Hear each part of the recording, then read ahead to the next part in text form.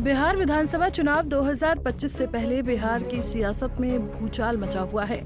हर तरफ चुनाव आयोग की कार्रवाई और उसकी निष्पक्षता को लेकर भारी बहस हो रही है, खासकर जब चुनाव आयोग ने चुनाव से पहले सख्त और विवादित प्रक्रिया यानी विशेष गहन पुनरीक्षण SIR को पूरा किया और करीब 65 लाख लोगों के नाम वोटर लिस्ट से हटा दिए। ऐसे में 1 अगस्त को जब चुनाव आयोग ने बिहार की ड्राफ्ट वोटर लिस्ट जारी की तो एक चौंकाने वाला आंकड़ा सामने आया, जिसमें करीब 65 लाख लोगों के नाम लिस्ट से नदारद दिखे। वहीं ना तो इसके पीछे कोई नोटिस जारी किया गया, ना ही कोई कारण स्पष्ट किया गया और ना ही कोई सार्वजनिक घोषणा की गई। ऐसे में इस विसंगति ने न सिर्फ राज्य की राजनीति में भूचाल ला दिया है, बल्कि भारत की लोकतांत्रिक व्यवस्था को भी कटघरे में खड़ा कर दिया है।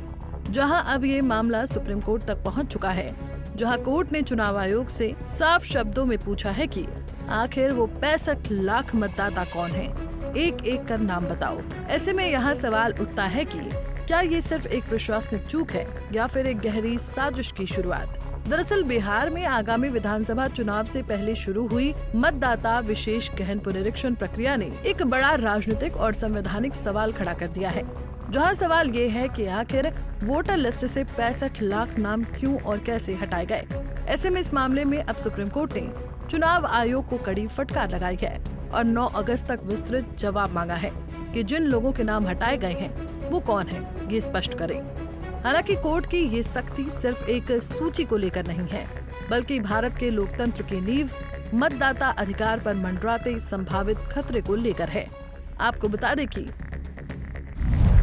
1 अगस्त को बिहार में ड्राफ्ट वोटर लिस्ट जो जारी की गई है, उसमें साफ जिक्र है कि लगभग 7.89 करोड़ पंजीकृत मतदाताओं में से 7.24 करोड़ मतदाताओं के नाम ही इस सूची में दर्ज है, यानी करीब 65 लाख लोग गायब हैं। पर ये कौन लोग हैं, ये चुनाव आयोग ने स्पष्ट नहीं किया है।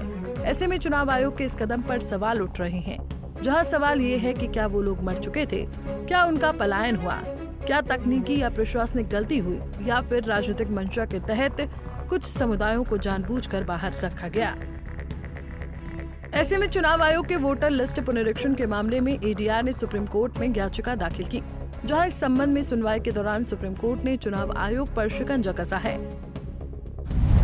जस्टिस सूर्यकांत, जस्टिस उज्जवल भुइयां और जस्टिस N कोटेश्वर सिंह की पीठ ने स्पष्ट रूप से कहा कि हर प्रभावित मतदाता को पूरी जानकारी मिलनी चाहिए।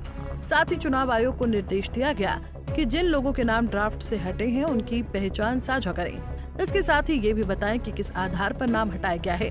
इसके अलावा किस BLO ने सिफारिश की या नहीं की, इसकी भी जानकारी दे। वहीं सुप्रीम कोर्ट ने शनिवार यानी 9 अगस्त तक चुनाव आयोग से पूरी रिपोर्ट, नामों की सूची और सूचना देने की प्रक्रिया को लेकर जवाब मांगा है। हालांकि ये निर्देश सिर्फ बिहार के लिए नहीं है, क्योंकि SIR की प्रक्रिया तो पूरे देश में लागू होनी है, यानी अगर यहाँ चूक हुई तो भविष्य में लोकतांत्रिक अधिकारों का बड़ा हनन हो सकता है। वहीं चुनाव आयोग के वकील का दावा है कि नामों का हटना एक प्रक्रियात्मक हिस्सा है और अंतिम सूची आने तक इसमें सुधार भी हो सकता है। इसके अलावा ADR की तरफ से कोर्ट में पेश हुए वरिष्ठ वकील प्रशांत भूषण ने साफ कहा कि 65 लाख लोग कहाँ गए, ये बताना आयोग की जिम्मेदारी है। अगर वो मर गए हैं या कहीं और शिफ्ट हो गए हैं तो उसका प्रमाण कहाँ है? नाम हटने से पहले पब्लिक नोटिस या संवाद क्यों नहीं हुआ?